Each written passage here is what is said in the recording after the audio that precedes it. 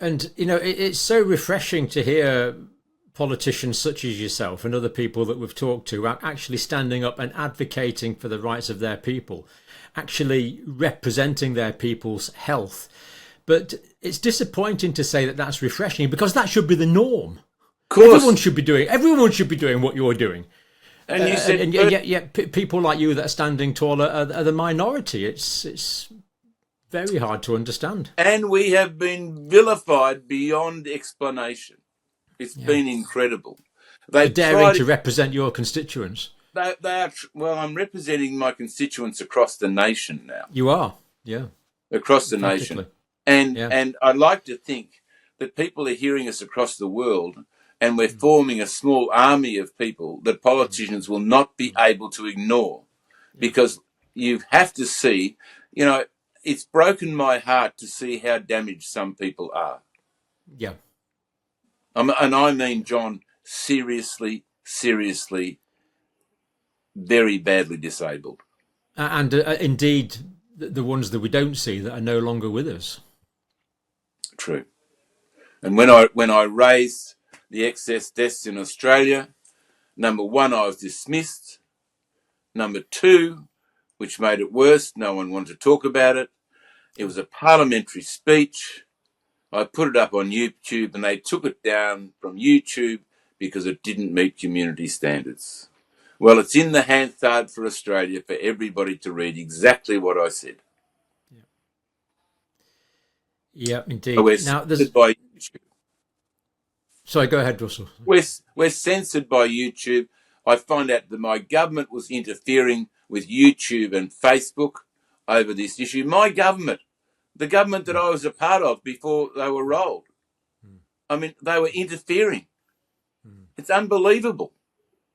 Yeah, controlling the information stream and real threat to freedom of speech, which I want to come on to. But there's a question that the vaccines should have been authorised under the Biosecurity Act 2015.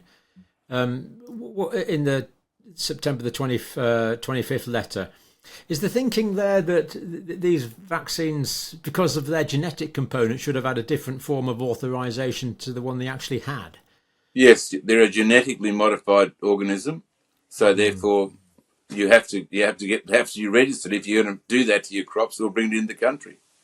You're not allowed.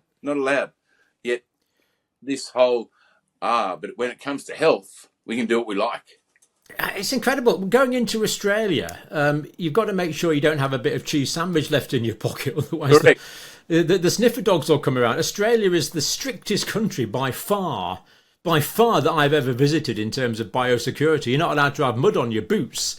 It's really, really strict, and justifiably so, because it's an island nation and you want to maintain biosecurity. But another biblical phrase comes to mind: straining out a gnat and swallowing a camel. It just seems. But common sense went out the window in this country in 2020 and across the world, and we believed everything we were told without questioning. And when people like myself, and all I've done, John, all the way through, has questioned I've just questioned the narrative.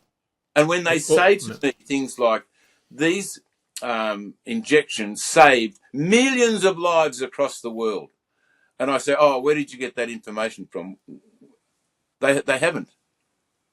Well, it's counterfactual history, and it's based on modelling that many people consider to be absurd. Yeah. But it does suit a particular narrative, and it does suit a particular agenda to keep regurgitating that rather bizarre claim. Now, how's mainstream media reporting your activities in Australia? Is it free, open and unbiased? No, they don't report it. There's one newspaper in Queensland now that's starting to report it. And I know that journalist has been struggling for 2 years to get the story up. I think what happened was his editor is connected. His editor is either vaccine injured, or he knows somebody that is vaccine injured, and he's now allowing stories to come through the mainstream. But our really big papers, they're still not running it because they're complicit. Our ABC broadcasting, television, radio across the country. Which is our BBC equivalent, really, isn't it? Our government-owned ABC. Yeah. They were absolutely on board, and I know one of their journalists was instructed not to step away from the narrative that they were given.